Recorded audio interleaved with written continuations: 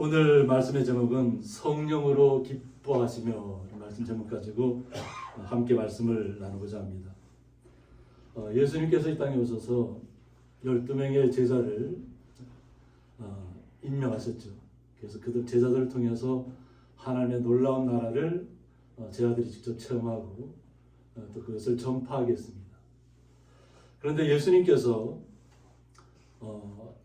곳곳마다 다니면서 주의 말씀을 전하시면서 하나님의 나라에 대한 것이죠. 이 세상의 것이 아니라 하나님의 나라에 대한 것을 이야기하면서 많은 기적들을, 세상에서는 볼 수 없는 기적들을 계속해서 일으켰습니다. 죽은 자가 살아나고 병든 자가 말씀만 들어도 먼 거리에 있다 할지라도 깨어나고, 그것을 주님의 지난주에도 저희들이 하면서 마라나타 이런 기도도 올려드렸고, 주 예수의 오시옵소서. 이것은 우리가 주님의 나라를 소망하고 있기 때문에 그렇습니다. 그런데 예수님께서 오늘 본문에 들어가기 전에 보면 굉장히 예수님께서 분노하신 것 같아요. 말씀을 증거하고 하나님의 나라를 그렇게 이야기했음에도 불구하고 많은 도시에서 주님을 영접하지 않습니다. 그런데 그것이 누가 영접하지 않냐면 어느 정도 자신들이 안다고 하는 사람들이 영접하지 않는 것입니다. 예수님을 잘 안다는 거죠. 예수님이 어디에서 태어났고 어떻게 자라났고 어떻게 성장했으며 그의 어린 시절의 모습들을 기억하고 있는 사람들이 예수님은 그냥 인간적으로만 바라보는 거예요. 이미 자신의 마음의 문을 닫아버린 것입니다. 그러니까 이적을 보아도, 세상에서 체험할 수 없는 일을 보아도 제자들은 그것을 느꼈지만, 깨달았지만 또 그의 주변에 오는 사람들이 많잖아요. 예수님이 오는 분도 있지만 오히려 고라시나 베스데다야 하고 그냥 부릅니다. 도시잖아요. 고라신도 도시고 베스다도 도시고 또 가버나움까지도 얘기합니다. 그것을 나사렛 지역에서는 가장 큰 도시가 가버나움입니다. 행정의 중심지입니다. 경제의 중심지입니다. 그런데 그들이 이적을 체험하고도 온전하게 예수님을 알지 못한다는 거죠.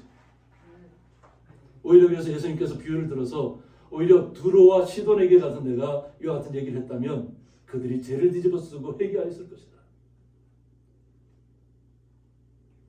오히려 이방 사람인 두로와 시돈에 가서 예수님께서 이렇게 했으면 그들이 모두 다 회개하고 죄를 뒤집어 쓰고 주님께로 돌아오고 하나님의 나라를 소망했을 텐데,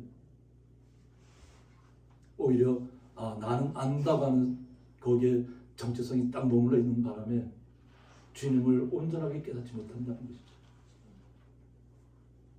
그러니까 자신이 기존에 알고 있는 것으로 예수님에게 접근하다 보니까 주의 복음이 떨어졌을 때 그 복음을 온전하게 받아들이지 못한다. 순수한 마음이 아니라는 것이죠. 이미 무언가를 앞에다 이렇게 딱 놓고 더 이상 내 마음속에 못 들어오도록 막아놓은 거나 마찬가지입니다. 그래서 오죽했으면 예수님께서 심판날에 오히려 두로와 시돈이 너희들보다 더 견디기 쉬울 것이다 이겁니다. 오히려 이방 사람들이 심판 때 더 견디기 쉬울 것이라는 거예요. 주님을 영접하지 못하면 참혹한 일을 겪게 될 것이라는 거예요. 그럼 그때는 늦다는 거죠. 심판 때가 이미 이뤘을 때 그때서야 깨닫고 돌아오고 하면 늦다는 거예요. 그러면서 예수님께서 70명의 주님을 영접한 사람들을 이제 파송을 합니다.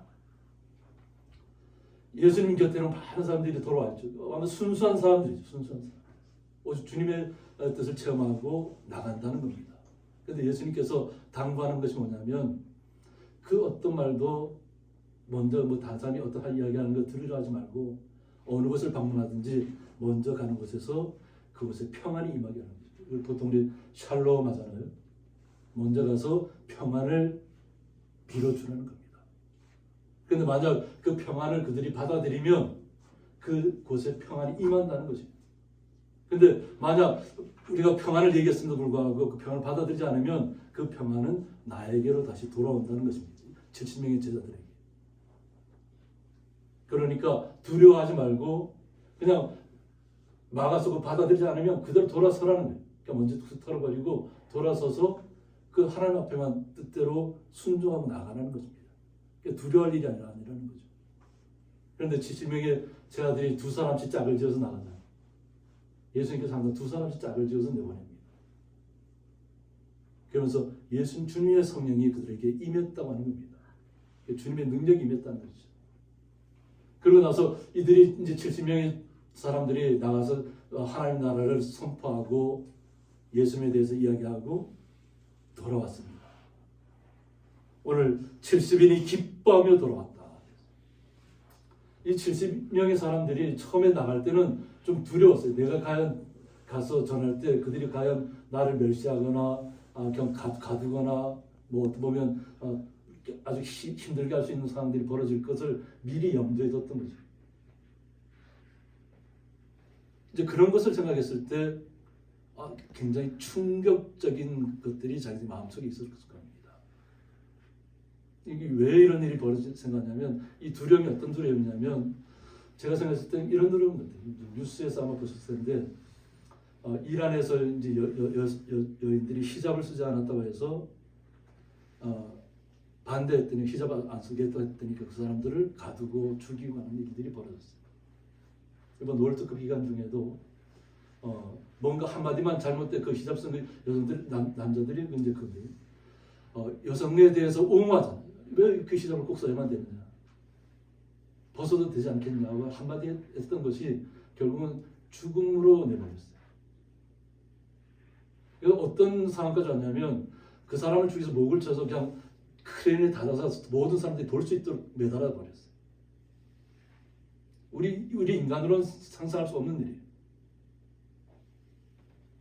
어쩌면 내가 만약 옳은 이야기를 했을 때 그들이 그렇게 죽음으로 우리에게 보상할 수도 있잖아요. 그런데 그것을 떨쳐내고 자유를 얻기 위해서 투쟁하고 있잖아요. 죽음을 무릅쓰는 것입니다.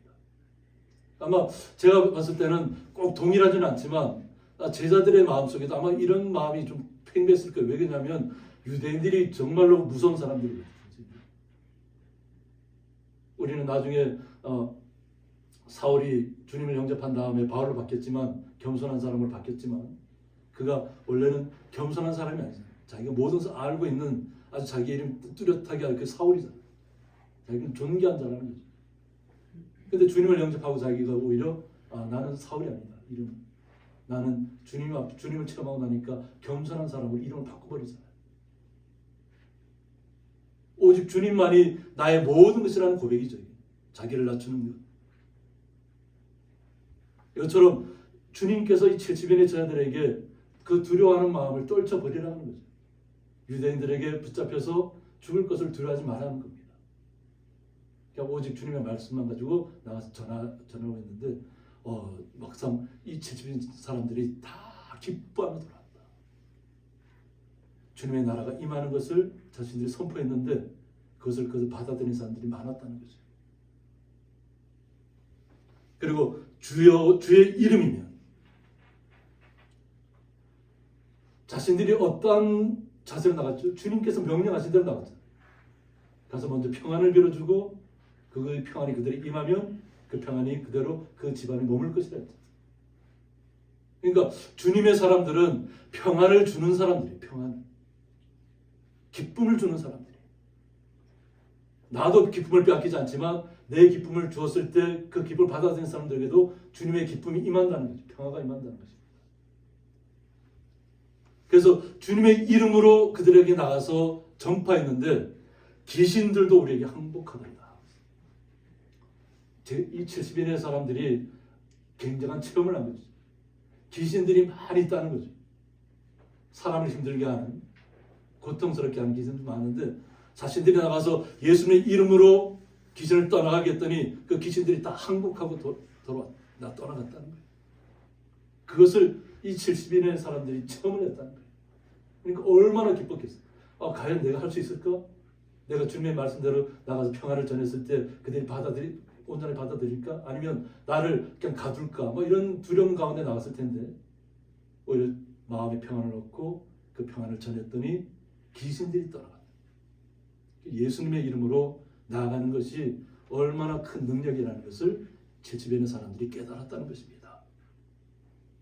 그러면서 예수님께서 이 모든 이야기를 들으신 다음에 뭐라고 하냐면 사탄이 하늘로부터 번개같이 떨어지는 것을 내가 보았노라고 얘기합니다.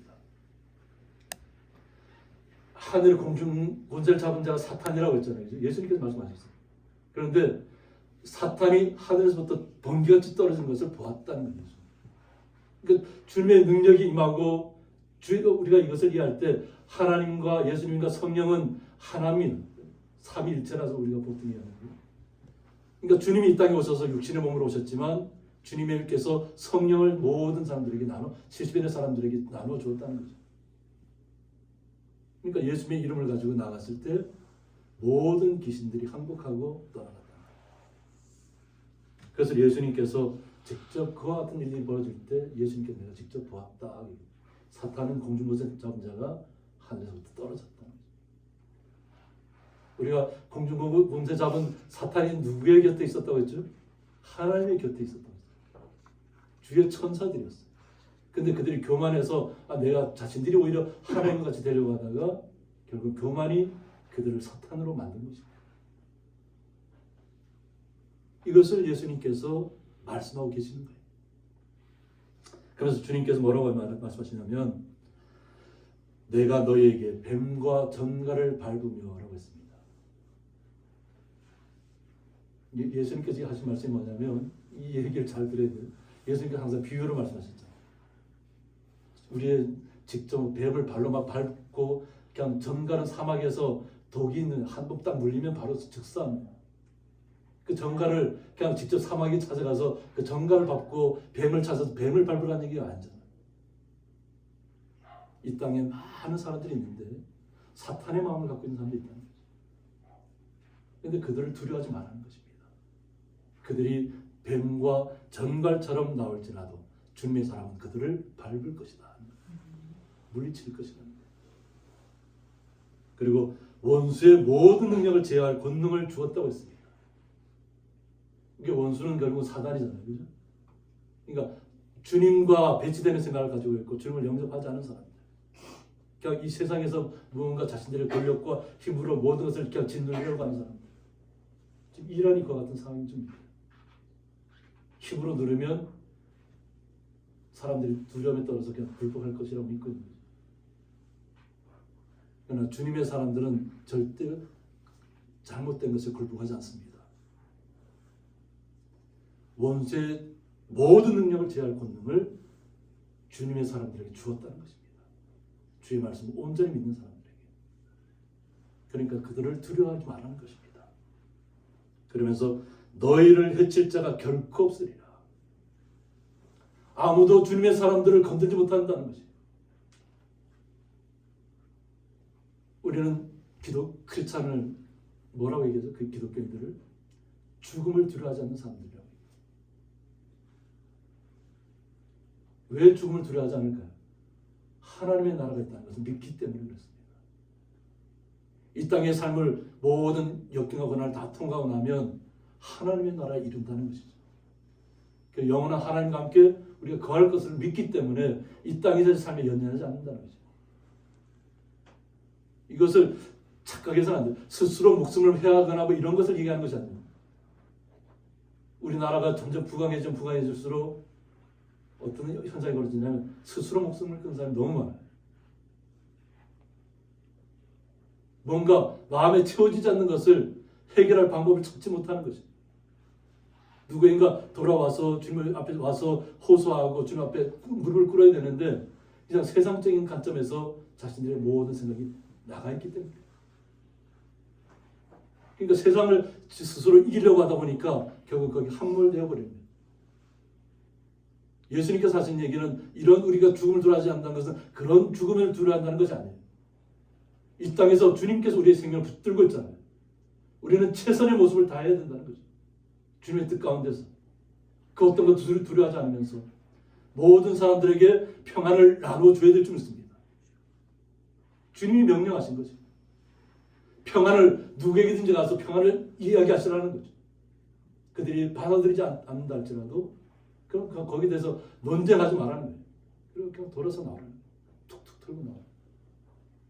주님께서 우리를 부르신 것이 우리 성도님들을 주님께서 부르셨다는 걸 잊지 마시기 바랍니다. 우리 스스로가 뛰어났기 때문에 하나님 부르신 것이 아니라 주님을 온전히 순종하는 모습을 보였기 때문에 주님께서 택하신 것입니다. 우리는 성경에서 계속 얘기하지만 우리가 태어나기 이전부터 우리는 주님이 택한 사람인 줄 믿습니다. 서로의 과정은 틀렸지만 주님의 사람이라는 것은 변함이 없습니다. 그러므로 아무도 우리를 해하지 못한다는 것입니다. 그러니까 세상적인 두려움에서 벗어나라는 것입니다. 주님의 은혜가 임하면, 주님의 사랑이 충만하면 우리는 세상의 것이 두려운 것이 아니라 우리는 그것을 기쁨으로 감당해야 될 줄 믿습니다. 그리고 평안을 얘기하시기 바랍니다. 주님께서 원하시는 것은 평안을 얘기하십니다. 그러면 우리가 모든 주님의 능력을 가질 수 있다는 거죠. 주님께서 우리 그렇게 해주시겠다는 겁니다. 내가 그런 능력이 있다는 것이 아니라 주님께서 내가 그렇게 능력을 덧입을 수 있도록 우리와 함께 하신다는 것입니다. 그리고 주님께서 말씀하십니다. 그러나 귀신들이 너희에게 항복하는 것으로 기뻐하지 말라고 합니다. 그냥 귀신은 그냥 쫓아내서 주님께서 쫓아내 주신다는 거죠. 항복하게 한다는 겁니다. 그런데 그것에 만족하는 삶이 되어서는 안 된다는 거예요. 그냥 귀신, 내가 나에게 귀신을 쫓아내는 능력이 생겼다 해서 내가 뭐 최고가 된 것처럼 막 거기에 스스로 만족하거나 교만해지거나 해서는 절대 안 된다는 거죠. 오직 우리는 너희 이름이 하늘에 기록된 것으로 기뻐하라고 했습니다. 우리 성도님 한 분 한 분의 이름이 하늘에 기록되어 있다. 오늘 예수님께서 70인의 사람들에게 너희 이름이 하늘에 기록되어 있다. 그것이 정말로 기뻐하는 일이다. 그냥 귀신을 쫓아내고 세상적인 무엇을 이겼다고 해서 내가 뭐 최고의 경지까지 올라갔다 이것을 느끼는 순간에 그런 파멸할 것입니다. 우리 스스로가 최고의 경지에 올랐다는 것은 없습니다.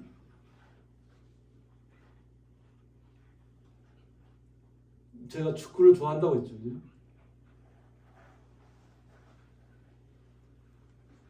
근데 손흥민 아버지 손흥정 손흥민의 아버지 손흥정 씨가 나와서 항상 하는 얘기가 있잖아요. 우리 아들은 월드 클래스가 아니다. 그것을 갖다 얼마 전에 유퀴즈에서 그 대답을 했더라고요. 왜 자신이 자기 아들을 갖다가 월드 클래스가 아니라고 하냐. 전성기에 올랐다고 하는 순간에 그 사람은 그 다음부터 나락으로 떨어진다는 거죠. 내가 최고다 이러면 순간부터 그건 최고가 아니라는 거죠. 그때부터는 내려갈 때를 생각해야 된다. 그런데 자기가 아들에게 바라는 것은 항상 10%를 더 뭔가를 성취하기를 원한다는 거죠.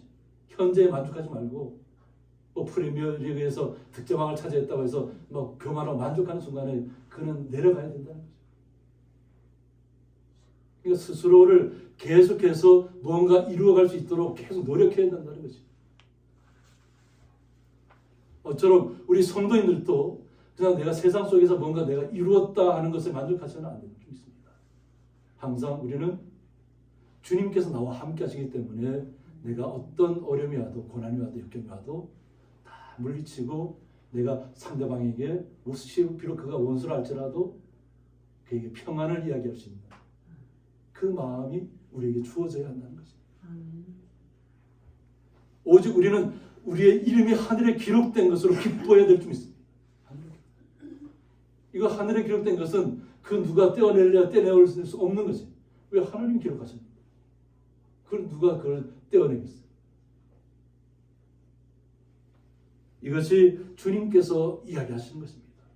우리가 이 땅에서 평안을 가지고 평안을 전파하고 하나님 나라를 이야기하고 있지만 그것에 머물지 말라는 거예요. 우리는 주님의 나라를 더욱더 가까이 우리 마음속에 모셔야 될 줄 있습니다. 그래서 이 추운 겨울날 엄동 설한이라는 얘기가 실감 날 정도잖아요. 모든 것이 움츠러드는 이 시기일지라도 우리의 마음만은 주님 때문에 행복해야 될 줄 믿습니다. 그래서 그때 예수께서 성령으로 기뻐하시는 거예요. 그냥 예수 스스로 이렇게 기뻐하셨던 게 성령으로 기뻐하셨다. 이게 우리가 삼위일체대에서 성령이 이미 주님에게 있다는 것이죠. 그러니까 우리가 기뻐한다는 것은 그냥 뭐 금방 웃었다 울었다 이런 그 기쁨을 비할 때가 아니에요. 그냥 나에게 임한 기쁨은 그 누구도 빼앗아갈 수 없습니다. 그래서 주님께서 우리에게 주신 기쁨이기 때문에. 그래서 주님께서 제 아들의 그 기뻐하는 모습을 보면서 성령으로 기뻐하셨다. 근데 기뻐한다는 얘기가 어떤 얘기냐면 아갈리아오라 해서 매우 뛰다 이런 합성어입니다. 그래서 매우 높게 펄쩍펄쩍 뛰다. 기뻐한다. 펄쩍펄쩍 뛰었다. 마음이 얼마나 기뻤는지 그냥 마음이 이렇게 뛰었다. 우리의 마음이 뛴다는 것이 어떤 걸까요? 아마 내 생애에 가장 좋은 일이 우리에게 갑자기 임했다 하면 마음속에서 막 기쁨이 일어날 것 아니에요. 그 기쁨 속에서 막 내가 뛰어노는 것이죠. 주님께서 나에게 이런 기쁨을 나에게 허락해 주셨구나. 내 이름이 하나님의 나라에 기록되어 있구나. 절대 이 이름을 그 누구도 떼어낼 수 없다는 거죠. 하나님이 기록한 것은. 그러니까 얼마나 기뻤어요. 그래서 이것을 너무 기뻐 어찌할 줄 모르는 상태를 보여준다고 했습니다. 그만큼 예수님께서도 기뻐하셨다. 제 아들이 기뻐하는 모습 이상으로 예수님께서 그만큼 기뻐하셨다. 이제 제 아들도 깨달아 간다는 거죠. 주님께서 주님의 이름으로만 나가면 이 땅에서 어떠한 것도 우리는 고난이 오더라도 평안을 이야기할 수 있는 사람이구나 것을 깨닫게 되었다는 거죠. 예수님의 이름으로. 그러면서 예수님께서 하신 말씀이 뭐냐면 천지의 주제이신 아버지여라고 얘기했어요. 모든 만물을 주재하는 분이 아버지라는 거예요. 그래서 여기 주제는 뭐냐면 키리오스라고 해서 주인, 왕이라는 뜻을 갖고 있는데요. 여기서는 만물의 주인, 만왕의 왕이라는 뜻을 이중적 의미를 합니다.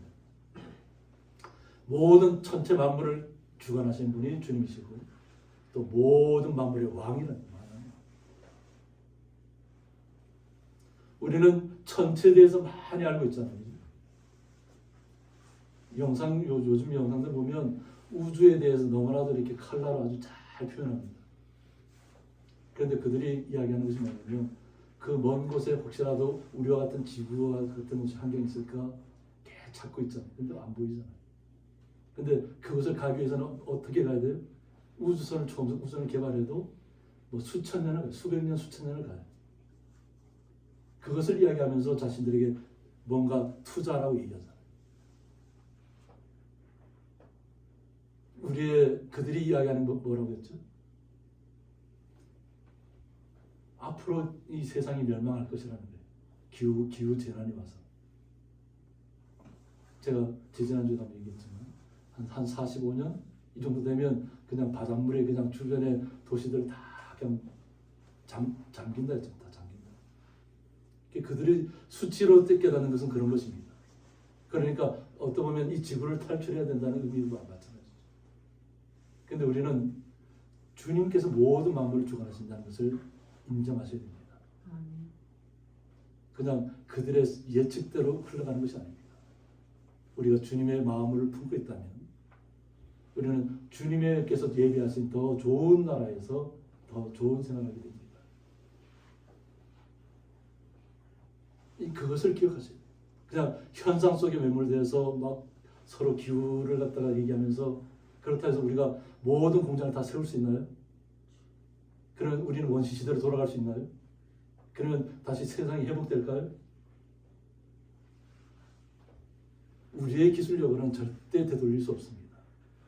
오직 우리는 주님의 이름으로 주님의 나라가 임하기를 기도하시면 됩니다. 아멘. 그러면서 우리는 기뻐하셔야 되죠. 모든 것은 하나님이 주관하신다. 만왕의 왕 대신 모든 세상 만물을 주관하시는 분이 주관하신다는 것을 안다면 우리는 세상적인 흐름에 두려울 이유가 전혀 없습니다. 그런데 이것을 어떤 사람들에게 알려주셨냐면 이것을 지혜롭고 슬기 있는 자들에게는 숨겼다고 얘기합니다.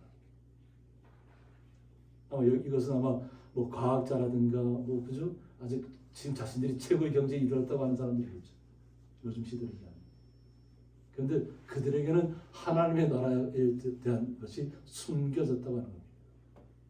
이미 그들은 제가 서두에서 말했던 것처럼 자기가 아는 것에 딱 갇혀버려요. 그러면 더 나아질 못합니다. 그들에게 하나님 나라를 이야기해도 그들은 하나님 나라가 이해가 되지 않는 거예요. 왜? 자신들은 눈에 보이는 별들이 있고 천체가 있고 태양 주위로 모든 것이 움직이는 것을 다 알고 있잖아요. 근데 그것을 하나님이 주관한다고 얘기하지 않잖아요. 그러니까 그들에게는 숨겨질 수밖에 없는 것이죠. 그런데 오히려 어린 아이들에게는 나타내심을 감사한다고 했습니다. 어린 아이라는 것은 뭐죠? 하나님의 나라를 소유할 순수한 주님의 복음을 그대로 받아들인 성도들을 얘기합니다. 어린 아이라는 것. 어린 아이라서 그냥 항상 어리게 막 뛰어노는 그런 이야기는 것이 아니에요. 예수님께서 아이를 내 곁에 오는 것을 막지 말라고 했잖아요. 그래서 뭐냐면 그들은 순수하다는 것이죠. 이야기한 것 그대로 받아들인다는 것입니다. 이것을 세상적인 어떤 석박사, 모든 자기 수학자 이런 사람들에게 알려주는 것이 아니라 오히려 그들이 스스로 안다고 하는 순간 그들에게는 숨겨버린다는 거예요. 제가 예전에 막 은혜 받을 때 세계관이 뭐냐면 12차원의 세계가 있더라고요. 12차원. 그 과학자들이 밝히는 것이죠. 우리는 4차원을 얘기하잖아요. 그죠? 3차원, 4차원을 얘기하는데 거기에는 12차원의 세계가 그려져 있어요. 12차원. 그렇다 해서 하나님을 아는 것이 아니라는 거예요. 수치로는 그렇게 드러낼 수 있지만 우리는 하나님의 나라를 우리 마음속에 이미 모시고 있습니다. 주님이 이미 우리에게 오셨습니다. 성령으로. 제 아들에게 임했을 때는 성령이 아주 모든 사람들에게 임하지 않았을 때잖아요. 주님을 영접하는 사람들에게. 그러나 이미 우리는 주님의 사람으로서 주님을 영접했었다고 하는 것입니다. 우리는 어린아이와 같은 마음을 가지고 주님의 말씀을 받아들였다는 것입니다. 이것이 주님께서 원하시는 뜻이라는 거예요. 세상의 가치관으로 무엇을 주는 것이 아니라 오직 주님만을 암호하고 주님의 뜻 안에서 행복하고 주님의 뜻 안에서 기뻐하는 모든 분들에게 주님의 나라가 임했다는 것입니다. 그래서 이렇게 된 것이 아버지의 뜻이라고 얘기했습니다. 하나님 아버지의 뜻이 주님을 영접하는 자에게 이루어지는 것이라는 겁니다. 이런 말씀을 통해서 70인의 어떤 제자들이 주의 말씀을 가지고 복음을 전파하는데 아마 두려움이 없었겠죠. 그럼 이 70인의 사람들이 또 나가서 또 배가 시켰을 것이고 이들이 가는 곳마다 주님의 나라가 임했다는 것입니다. 그래서 주님께서 하신 말씀이 뭐냐면 내 아버지께서 모든 것을 내게 주셨으니 아버지 외에는 아들이 누구인지 아는 자가 없다고 했습니다. 하나님 아버지께서 자신에게 모든 것을 주셨다는 거예요. 그러니까 하나님만이 나를 아들이라고 얘기할 수 있어요. 이 육신의 몸을 더 듣고 왔지만 그런데 세상 사람들이 기준으로서는 그것을 알 수가 없다는 것입니다. 그래서 아들과 또 아들의 소원대로 계시를 받는 자 외에는 아버지가 누구인지 아는 자가 없나이다고 했습니다. 그러니까 오직 하나님께서 또 예수님께서 소원을 두고 그 당시에 12명의 제자와 70인의 제자들과 또 그 후에 나타날 모든 사도들을 통해서 복음을 받아들일 우리에게까지 복음이 전파되어 오는 것입니다. 우리 외에는 우리가 주님을 영접하는 분 외에는 주님을 온전히 아는 사람들이 없다는 것입니다. 주님이 택한 사람 외에는 주님을 알 수 있는 방법이 없다는 것입니다. 이것이 우리에게 주님께서 오셔서 우리가 이 땅에 어떠한 어려움이 오더라도 주님만을 신뢰해야 될 이유에 대해서 70년의 제자들에게 얘기했던 것처럼 오늘 우리에게 임한 줄 믿습니다. 아멘. 그래서 23절에서 제자들을 돌아보시며 조용히 이르시되 너희가 보는 것을 보는 눈은 복이 있도다 하고 있습니다. 70년의 제자들이 보았던 것은 주님의 나라잖아요. 그리고 주님께서 모든 만왕의 왕이라는 것을 알고 있다는 것입니다. 그래서 예수님의 이름으로 그들이 나가서 복음을 전파했다는 것입니다. 자기 이름으로 나간 것이 아닙니다. 예수님의 이름으로. 우리가 어떤 일을 행동할 때도 주님께서 나를 통해서 그들에게 평안이 임하기를 항상 기도하시기 바랍니다. 아멘. 그래서 우리가 이런 것을 우리가 복음을 전했을 때 그 복음을 받아들인 사람들은 복이 있다는 거지. 그러니까 주님이 임한다는 거지, 그들에게도. 나를 통해서 또 새로운 주님의 사람들이 복음을 받아들일 것을 얘기합니다. 그래서 그것을 보는 사람들은 정말 복이 있다는 거지. 하나님 함께 하신다는 겁니다. 그래서 내가 너에게 말하노니 많은 선지자와 임금이라고 했습니다. 그 당시에 유대인들에게는 또 선자들도 많았잖아요. 예수 이전에도 그렇고 또 임금들도 많았잖아요. 그런데 높은 지위에 있다고 해서 모든 것을 아는 것이 아니라 너희가 보는 바를 보고자 하였으되 보지 못했다고 얘기합니다. 지금 70인의 어떻게 보면 제자들과 70인의 사람들은 어떻게 보면 그 당시에 아주 어렵고 힘든 사람들이에요. 가장 낮은 자리에 있는 사람들이에요. 어부였잖아요. 그리고 주님의 말씀을 듣고 깨달은 사람들이다.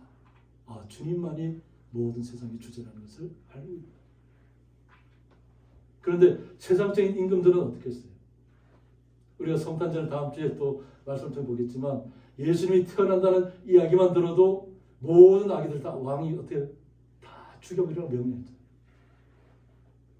언제부터인지 모르니까 그 2살 이후부터 밑으로 다 새로 태어난 아기들을 다 죽이라고 했죠.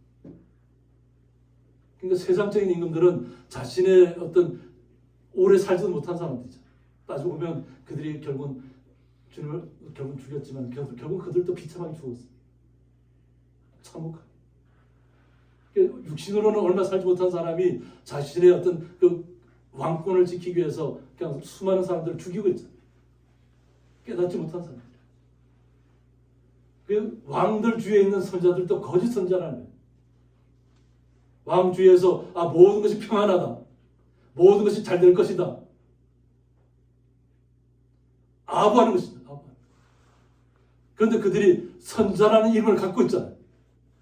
근데 결국 그들 때문에 결국 나락으로 빠진 거예요.